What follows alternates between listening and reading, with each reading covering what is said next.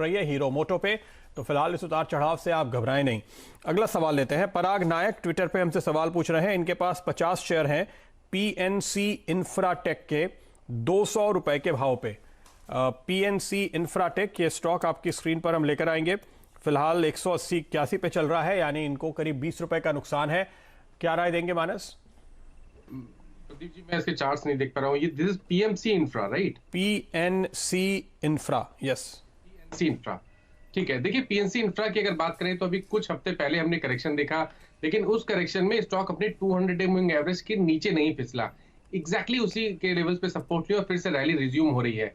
मैं तो उम्मीद करता हूँ कि जो पिछला स्विंग हाई था 190 का, स्टॉक उसको ब्रेक करके 200 की तरफ जाने की कोशिश करेगा। तो बिल्कुल बने रहने की सलाह है, 169 का स्टॉप लॉस रखें। ओके।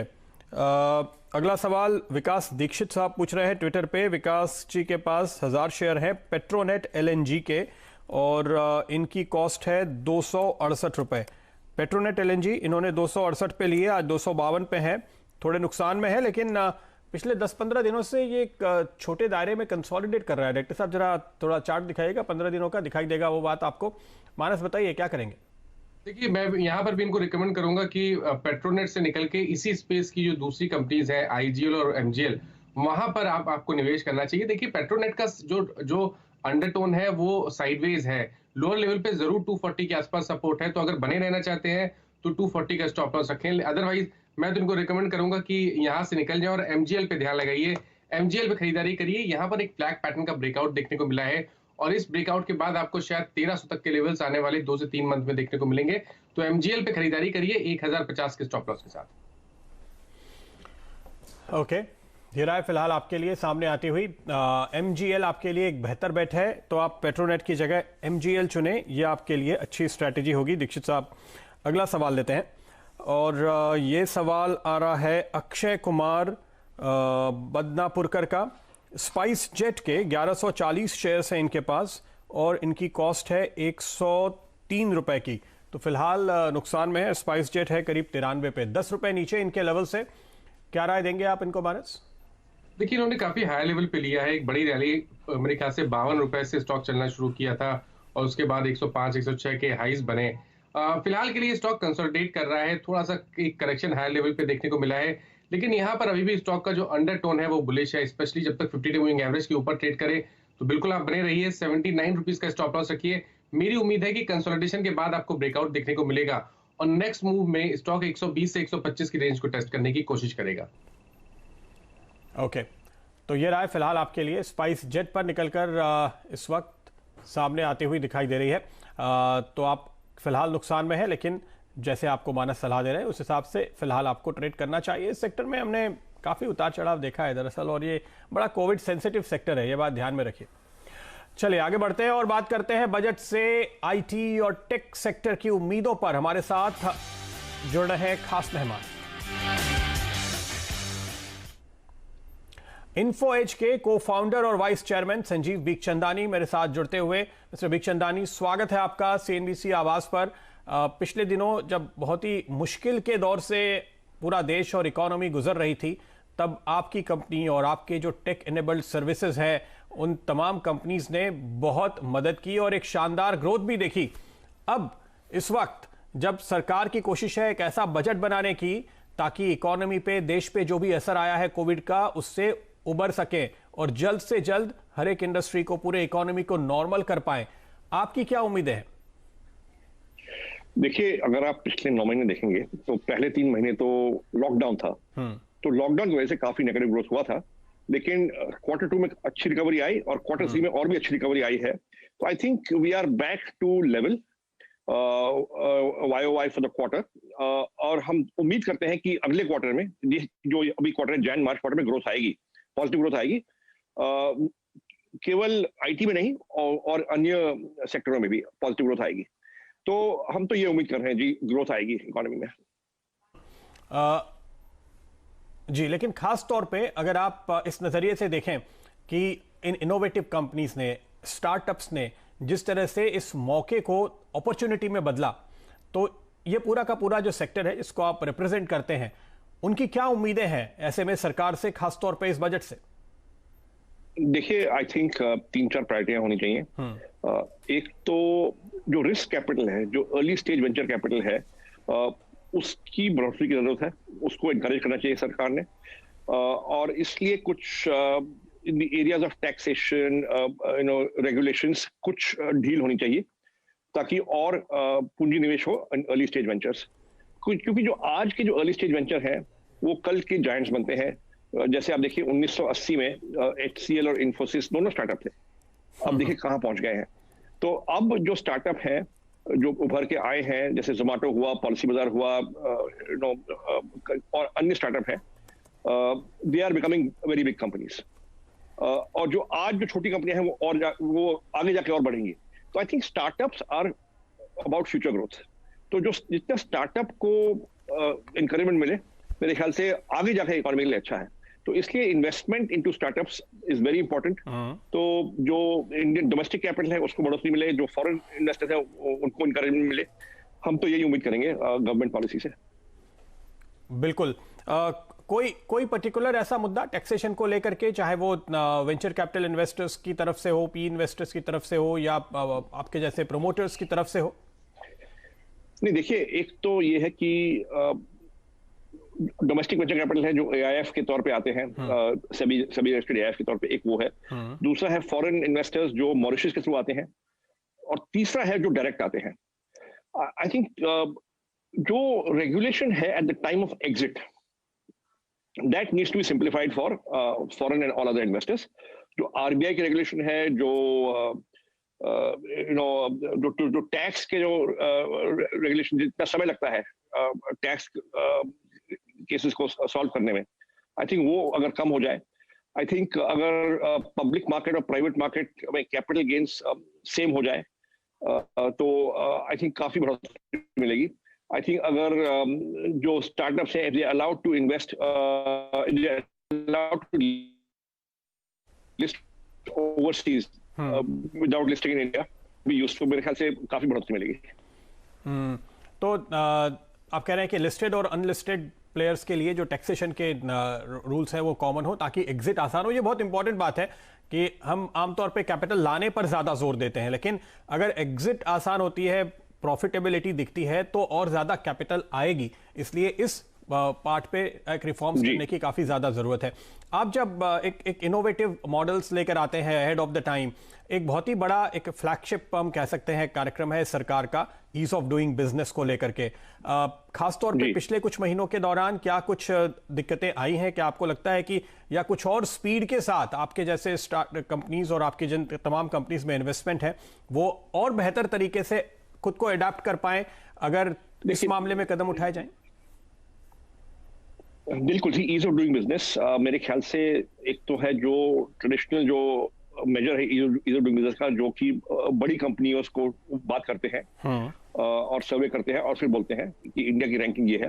मेरे ख्याल से अगर आप छोटी कंपनियों का सर्वे करें, भाई आपको क्या मुसीबतें आई पिछले 6 महीने में, 1 साल में, जो कि सरकार ठीक कर सके, तो शायद कुछ और मेजर्स आएंगे, सजेशन आएंगे कि ये भी करिए, जो कि शायद बड़ी कंपनीज की प्रॉब्लम नहीं है।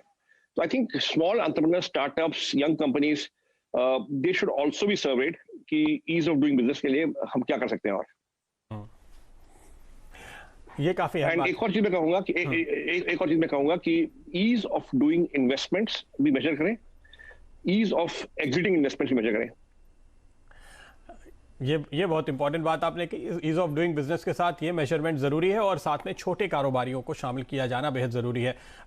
बिचने साहब, एक आखिरी सवाल मैं आपसे पूछना चाहूंगा, क्योंकि आप एक एंटरप्रेन्योर हैं, सक्सेसफुली आपने बहुत सारे बिजनेस आइडियाज खुद किए हैं, दूसरों को इंक्यूबेट किया है।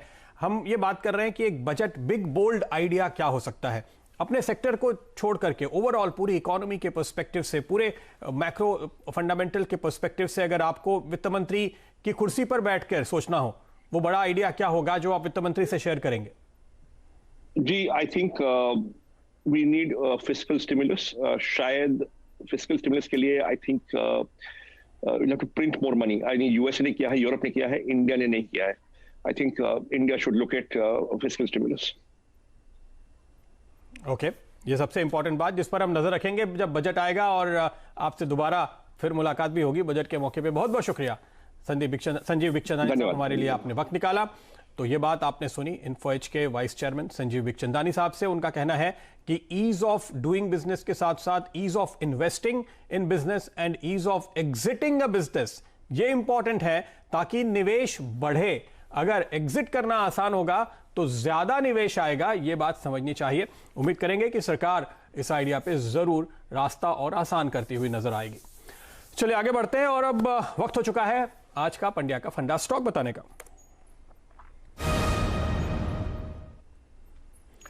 तो आज का मेरा स्टॉक है प्रिकॉल लिमिटेड। डायरेक्टर साहब इसका चार्ट कृपया स्क्रीन पर लेकर आएगा। ऑटो एंसिलरी कंपनीज पूरे सेक्टर में जोश देखने को मिल रहा है। 70 रुपए के टारगेट के साथ आपको प्रिकॉल पे आज खरीदारी करने की राय दी जा रही है। और इसकी वजह क्या है? देखिए, इसकी वजह सबसे बड़ी मारुति के जो नतीजे आए, जो मंथली सेल्स के आंकड़े आए, वो बाजार की उम्मीद से बहुत बेहतर थे दिसंबर महीने के दौरान। और इसमें खास ध्यान में रखने वाली बात यह है कि प्रिकॉल का जो सबसे बड़ा क्लाइंट है वो मारुति है। दरअसल मारुति की टोटल सेल्स 20% बढ़ी है दिसंबर के महीने में। हालांकि आमतौर पर दिसंबर कमजोर होता है, इस बार ना केवल दिसंबर अच्छा रहा है साल दर साल, बल्कि बाजार की एनालिस्ट की उम्मीदों से भी कहीं बेहतर रहा है। इसलिए आपको एक शानदार मौका इस वक्त प्रिकॉल जैसे शेयर में निवेश करने के लिए मिल रहा है।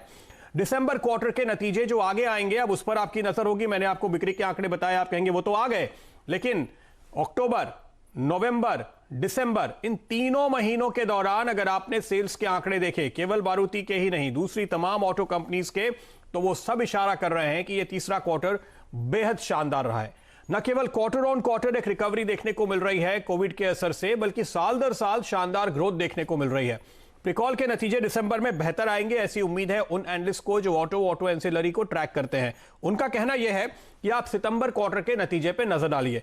20% सेल्स ग्रोथ देखने को मिली थी। सितंबर क्वार्टर कोई बहुत अच्छा नहीं था नतीजों के लिहाज से, तो सितंबर क्वार्टर में जो अच्छे नतीजे पेश करने वाली कंपनीज थी, प्रिकॉल जैसी, 20% की ग्रोथ दिखाई इन्होंने।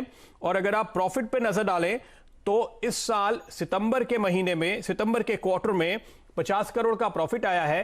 पिछले साल सितंबर के क्वार्टर में जब कोई कोविड नहीं था, 60 करोड़ का लॉस आया था। तो वो टर्न अराउंड दिखा रहा है बिजनेस में, क्योंकि आपको याद होगा पिछले साल वॉल्यूम पे थोड़ा दबाव बना हुआ था, चूंकि ट्रांजिशन हो रहा था नए स्टैंडर्ड्स को लेकर के और भारत 6 की तरफ, और उसके चलते आपने दिक्कत देखी थी। तो साल दर साल जो टर्न अराउंड देखने को मिला है वो जारी रहेगा दिसंबर में भी। अक्टूबर के मुकाबले में, सितंबर क्वार्टर के मुकाबले में दिसंबर में डिमांड बेहतर है, आउटपुट बेहतर है, और ऐसे में आपको यहां से खरीदारी देखने को मिलेगी।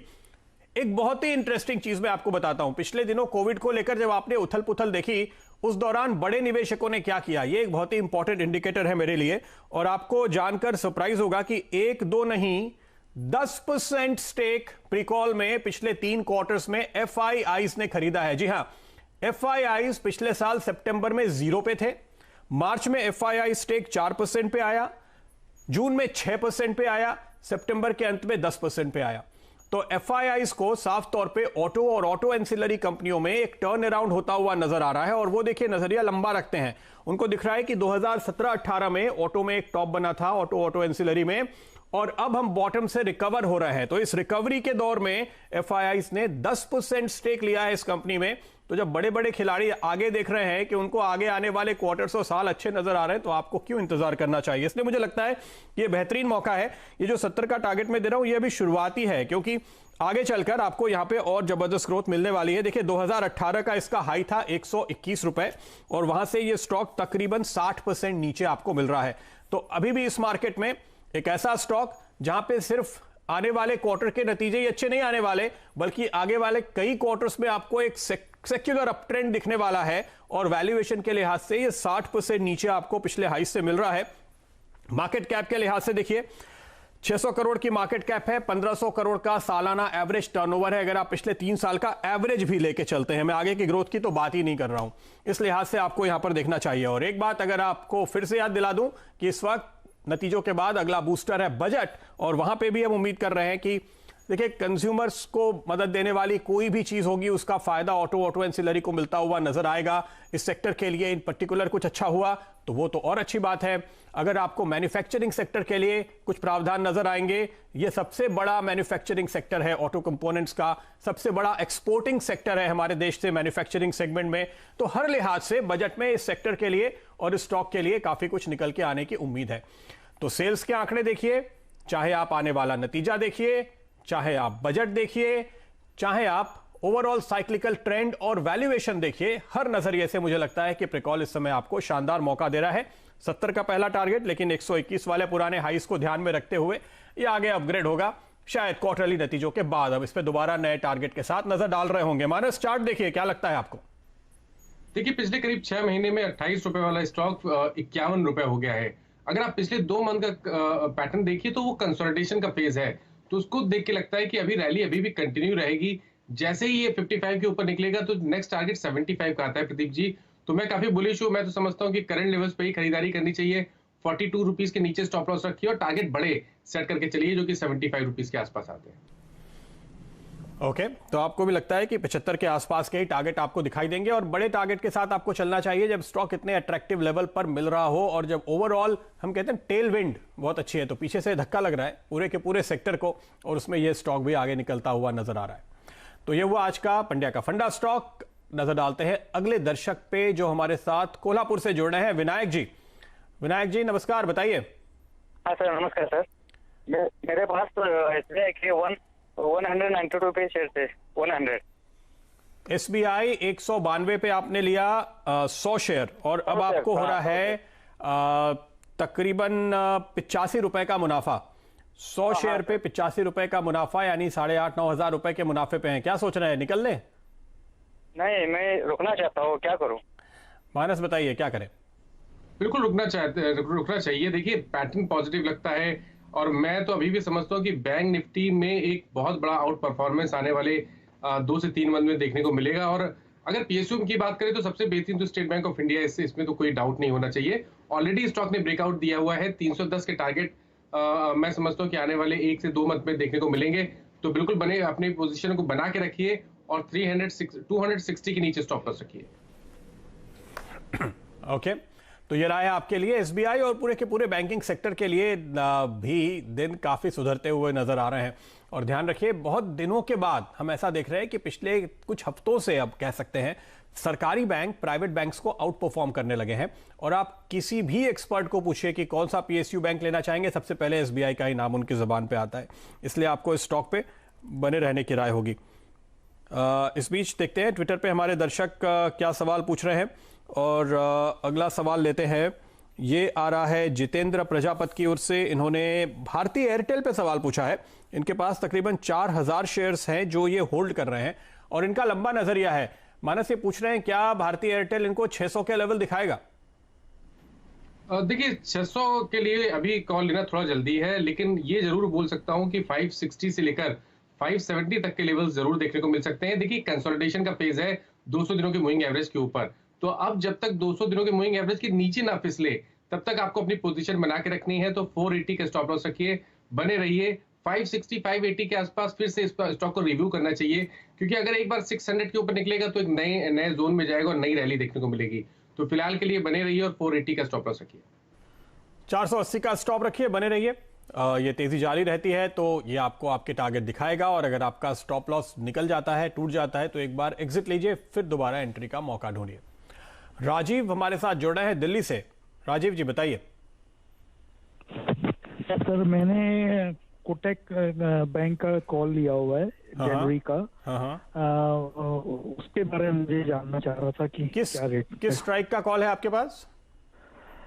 स्ट्राइक का 2100 शायद आपने अपने मैसेज में लिखा है। 2100 वाला कॉल है। हाँ जी, हाँ 2100 वाला। हाँ, 2100 के स्ट्राइक वाला कॉल ऑप्शन इन्होंने लिया है। जनवरी का पूरा महीना अभी देखिए आपके लिए बाकी है, पूरी सीरीज बाकी है। मानस जी, अगर यही बात हम 4 सेशन पहले कर रहे होते तो इनका जो लेवल था वो सिर्फ 75 रुपए दूर था। आज जो ये यानी जो स्ट्राइक है वो करीब 160 रुपए दूर है। तो क्या कहेंगे आप? देखिए, अच्छी चीज ये है कि अभी इनके पास समय है, पूरा मंथ पड़ा हुआ है और पैटर्न भी नेगेटिव नहीं है। देखिए, 2-3 दिन में करेक्शन जरूर देखने को मिला है, लेकिन अभी भी स्टॉक 20 डे मूविंग एवरेज के नीचे नहीं फिसला है प्रदीप जी। पिछले अगर आप 3 बार देखिए तो हर बार स्टॉक ने 20 डे मूविंग एवरेज पे सपोर्ट लिया है और फिर नया हाई बनाया। तो मैं तो समझता हूँ कि बने रहना चाहिए। 1900 रुपए के नीचे स्टॉप लॉस रखिए और उम्मीद करिए कि 2000 के लेवल्स भी ब्रेक होंगे और शायद 2100 तक के लेवल्स भी देखने को मिल सकते हैं। आपने कहा अभी तक 20 डे एवरेज के नीचे नहीं फिसला है, तो जी। मेरा 2 सवाल मानस यहाँ पे होगा इनकी तरफ से, राजीव जी की तरफ से। पहला तो ये कि वो कौन सा लेवल है, तो वहां पे एक स्टॉप लॉस लगा लें। अगर उसके नीचे निकल जाए, क्लोजिंग बेसिस पे जाता हुआ दिखे, तो कम से कम 3:15 बजे के बाद अपनी पोजीशन काट ले। और दूसरी, अगर ये स्ट्रॉन्ग सपोर्ट पे है तो 29 वाला आज 16 पे मिल रहा है, क्या एक और लेकर के एवरेज कर लें ताकि इनकी जो कॉस्ट है वो कुछ 22 रुपए के आसपास आ जाएगी? बिल्कुल आपने सही कहा प्रदीप जी। देखिए, पहली चीज आपको 20 डे मूविंग एवरेज ध्यान रखिए, वो है 1930 का।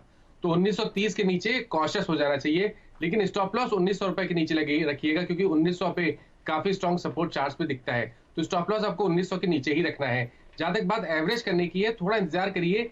देखिए, अगर सपोर्ट लेगा तो फिर एक बार बाउंस बैक देगा और 1955 के ऊपर सस्टेन करेगा। तो जब 1955 के ऊपर सस्टेन करे, तो जो कि यहाँ से 12-13 रुपए का ही है, तब आपको खरीदारी करनी है, तब आपको एवरेज करना है, क्योंकि उसके बाद चांस बहुत ज्यादा होगा कि वापस 2000-2025 के लेवल्स देखने को मिलेंगे। ओके, तो ये राय फिलहाल आपके लिए सामने आती हुई कोटक बैंक पे। राजीव जी, मुझे लगता है आपको आपके जवाब मिल गए। ये स्ट्रैटेजी लेकर चलिए, आपको मुनाफा जरूर मिलेगा। वक्त है इजाजत लेने का। मानस, बहुत बहुत शुक्रिया आपका हमारे साथ जुड़ने के लिए। जाते जाते डायरेक्टर साहब, एक बार प्रिकॉल का स्टॉक कृपया स्क्रीन पर लेकर आइएगा। मानस जी की कॉल के बाद दिन के नए हाईज लगते हुए मुझे दिखाई दे रहे थे, तो एक नजर उस पे जो आज मैंने आपको सुझाया है पंड्या का फंडा स्टॉक के तौर पे। आज मैंने कोई ब्रेकआउट नहीं ढूंढा क्योंकि बाजार थोड़ा सा 50-50 मूड में था, लेकिन ये एक स्टॉक है जो आपको फिलहाल मुनाफा कमा के दे रहा है। आज का पहला पंड्या का फंडा स्टॉक। वक्त है इजाजत लेने का आपसे। ब्रेक के उस पार 3 एक्सपर्ट्स जुड़ेंगे आपके साथ और आपको बताएंगे ढेरों ट्रेडिंग आइडियाज। खिलाड़ी नंबर 1।